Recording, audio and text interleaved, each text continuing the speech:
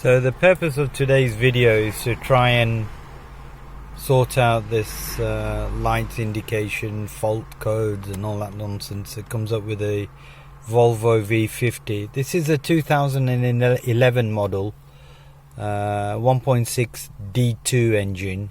It's that Ford engine that's stuck in here, and it's got a constant problem with all these lights coming up. Mostly the SRS airbag warning light comes up, service urgent, and if I start it, the instrument panels don't work. In fact, the dial didn't work here. That was at 0. That was at 0. The temperature one was also at 0. The airbag warning light was on. The anti-skid light was on. Of course, the engine warning light was on. The brakes were, the handbrake light was on. And so when you try and drive the thing, it goes into limp mode, which it currently is at the moment. So this is actually, I believe, a design fault with this particular model, previous models, and also some of the other cars that this engine was fitted into. One of the main reasons for it is, apart from it being a stupid design fault, probably using cheaper components and cheaper wiring and so on, is that the ECU module is on the outside under the front wheel arch. So because it's under the front wheel arch, every time you go over a puddle or it starts raining or whatever, it's going to get wet. Although it's in a sealed kind of plastic box, moisture is going to get in and it's going to get wet. And it's a stupid design. So every so often what I have to do is I have to take out the control electronics module, the CEM module, and then I have to take out all the relays, the fuses and bits and pieces, and spray it with a cleaner, put it all back in, and it's good to go again for another 3 or 4 months. It's a design fault. Okay, let me open the bonnet and I'll show you where the module is. The module in this car is located under the front, because this is a UK model. Driver's wheel is on the right hand side, so it's located under the front passenger seat, in the footwell, just about there. That's where it is. You can see it there. All those things up there and that module there. So that has to, it's kind of slots in place, held on by a couple of wing nuts in this case. Usually there's a, well, I'm not sure because we've not had a usual one on this. We've just had these wing nuts. Well, just one wing nut. The other one needs some sort of mechanism, but it's fallen off. Anyway, so I'll have to undo that, take off all the connectors, pull the thing out, and clean it up and so on. I'll come to that in a bit. First I have to disconnect the battery. To disconnect the battery, it's quite simple. Disconnect that, disconnect the negative, positive, negative. Just take them off really, and then we're good to go. So it's a 10mm spanner. Put that on, give it a twist.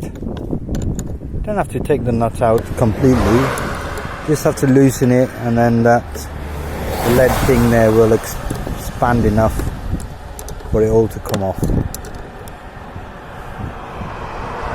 So let's put that down somewhere. There we go.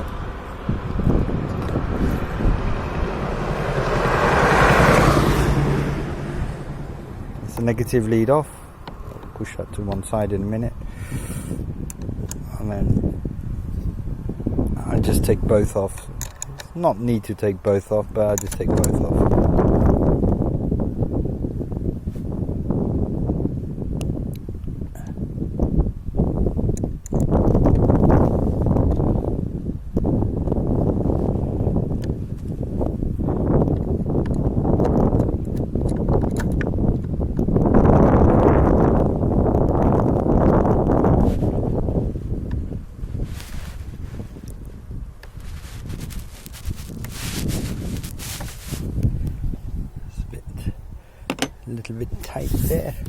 because I didn't really take it off completely.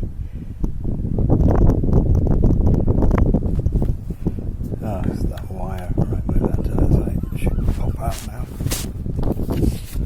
Ooh. There we go. Everything off. Disconnected. Safety reasons, obviously. You don't want to yourself. Right. Basically, bonnet can go kind of down now. You don't want to close it completely, but just put it down. Safety first, obviously. So I've got my trusted knee pad on. There we go. Homemade, obviously. Nice bit of gaffer. It's lasted a few years. Can't complain. So here we go. We're up there. First thing to do is to lower the panel. So let's undo that wing nut.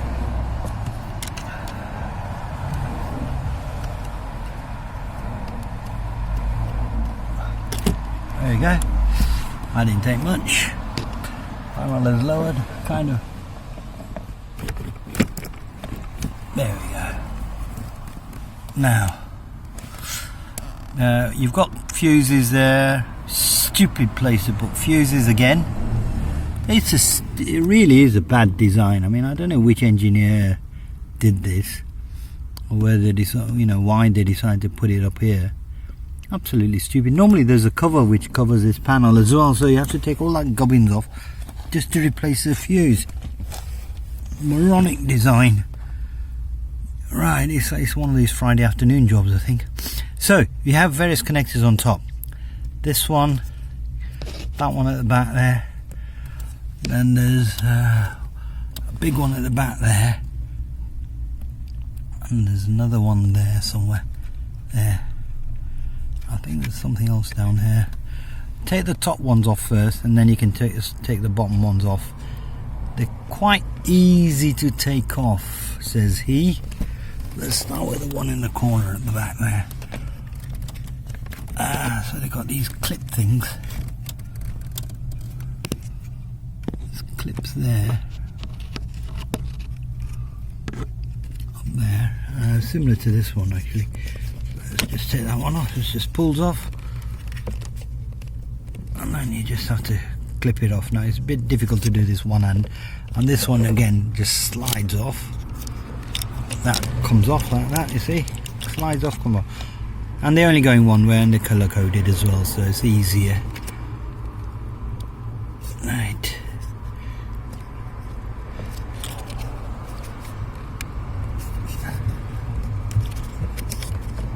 There we go, lifts off.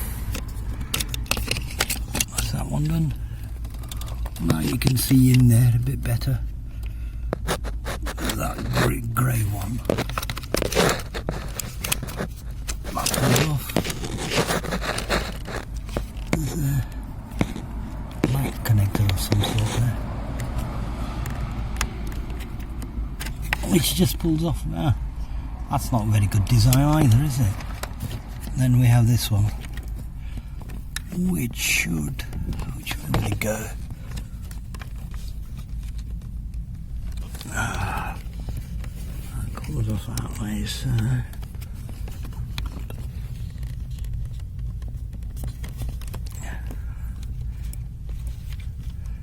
let me just put the phone down for a minute while I try. So I've taken all the top connectors off. As you can see, that was the one that was a bit tricky to get out. I think all of them are off. Yeah, they're all off. There's not many. Now I've got to take the bottom couple out. 3, I think. Let's see. Yeah, 1, 2. I think there's one up there somewhere. That thing up there. So same method, just lever those things and they just kind of pop out. Sorry about the camera at the moment, I'm just trying to do 2 or 3 things at the same time. So there's the connectors, there's the levers. Let's see if we can pull 1 or 2 of these out.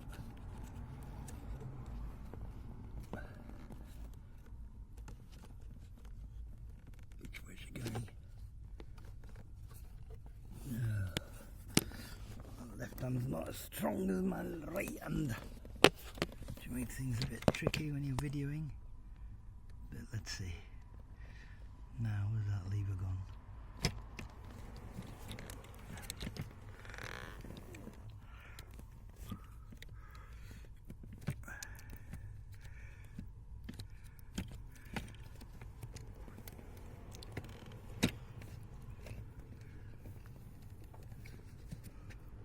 Might be better if I put that back into the slot. Let me just try that. So there we are, we've got the module out. It was a bit of a struggle to get it. It hooks onto those tabs there, both ends, and then you just got to lever it out. But this bottom connector, this one, the green one, was quite tight, I thought. It shouldn't be, it should just be pulling out easily. And the brown one at the back there, that one there. Not the green one goes on top, but that other one was a bit tight to come out as well. But it's a stupid design, it really is. And it sits there. This is the CEM module, the control electronics module, not the ECU. I'll show you what the ECU is. We'll go into more detail on this in a bit. So let me show you where the ECU is on this. There's the front wheel. There's the front of the car. That's the back of the car. Up there. Right, so front wheel. Obviously you have to whip that off. Take the wheel off. And then there's a plastic covering there, this thing. You can see it there. Take that off. There's all these torque screws go all the way around the thing after behind the wheel as well. Take those off. And then the ECU is just, so it's front of the car, front wheel, just there, in a box, just there. An absolute moronic design.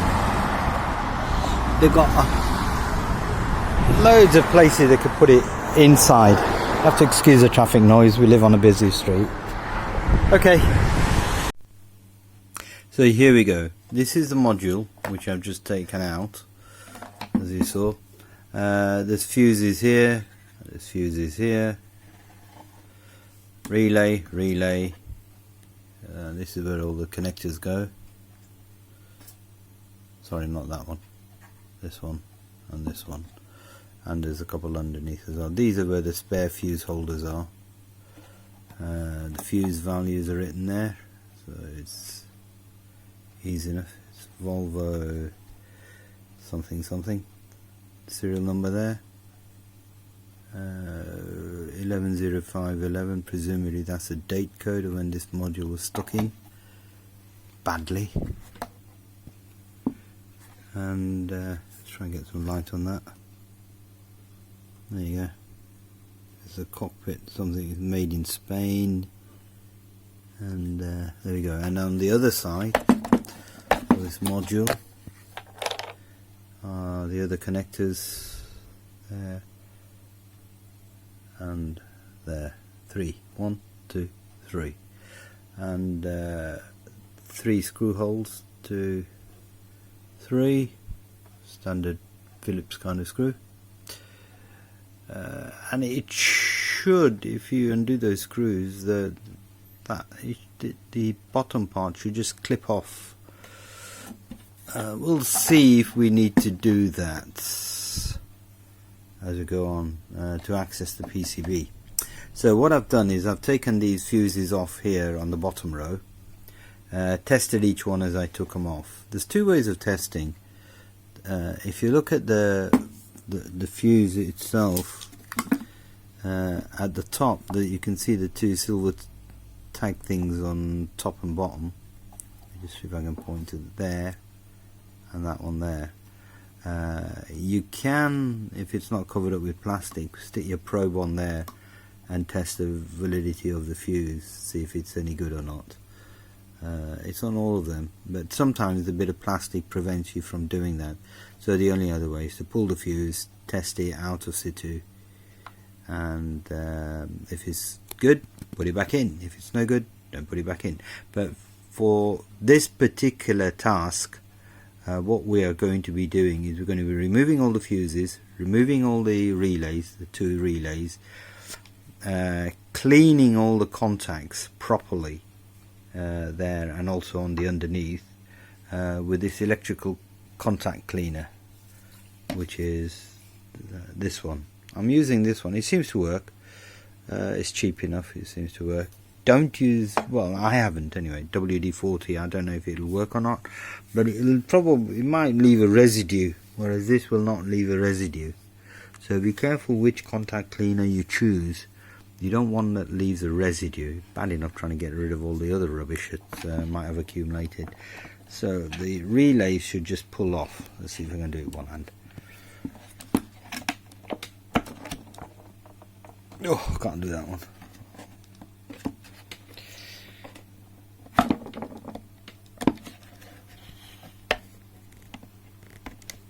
Get a bit of wiggle. You don't want to wiggle it too much, but let's see what I can do. There we go. Pull that reel off. They can only go in one way. There you go. You see, it can only go in one particular way. The contacts don't look too bad.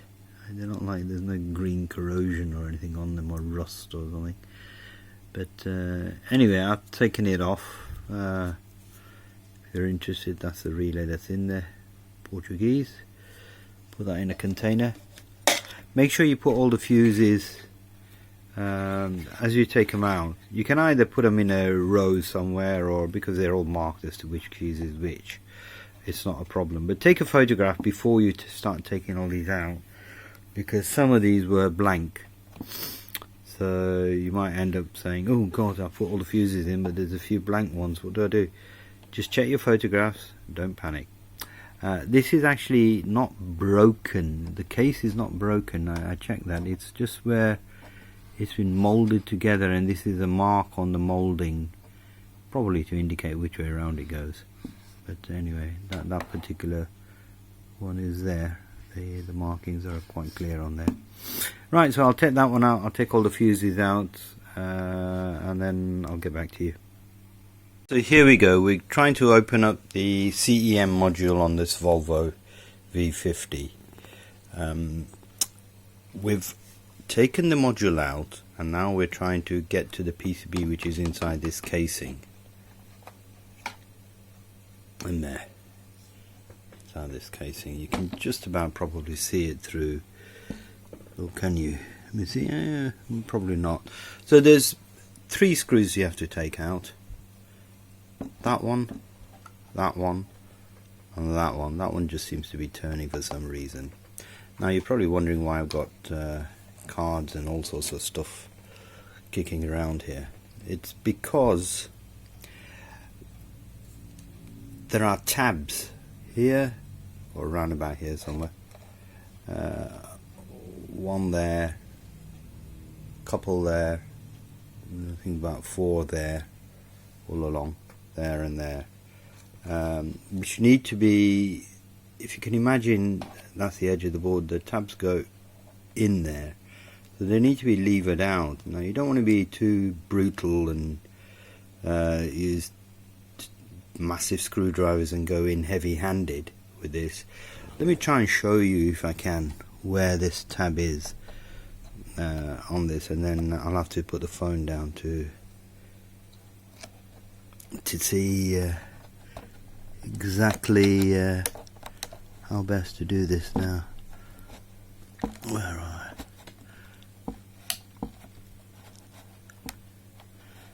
I think it's about there. I can just feel it on the edge of that, and I think it's just about there. Now if I lever this out a little bit, you can, yeah, I think I can just about see it there. So if I lever that out a little bit, I don't know if I can catch it there. You can see the tab there, just on the right hand side of the screwdriver. So what I'm going to do is I'm going to put that a bit of card, this bit of plastic store card kind of thing, no use to me anymore. They're old, or hotel cards, whatever, door cards. So I'm just going to slide that in between this plastic on the outer and the plastic on the inside, so it forms like a barrier between the two, preserving the tab and also providing enough space for the thing to pop open. That's the theory. Let's see how this carries on. I'm just going to have to put the phone down a little bit to do this, but I'll come back to it. Thought I'd show you. You can see clearly the tab there. See if I can point to it. There, that's the tab, just there. And there's 10 of these all the way around. I think there might be. I don't think there's any more. 1, 2. There's one in there somewhere. Oh, there it is. This one as well. But you can see now it's. I mean, the plastic card has come off. I'll put that back in just in case it pops out again, or pops back in again, which I don't want. But you can do this with minimal damage to the PCB. Well, hopefully with no damage to the PCB. But it's lifting up. You can see it's lifting up. You see, all by itself, it pops out. So you just got to be careful when you pop it out because of the pins on the other side. There we go. And I don't believe there is another video on the internet showing you how to do this, because if you're going to clean stuff with electrical cleaner, you might as well clean all this as well, and also check for signs of corrosion and damage and things. So there we go. Take all that out.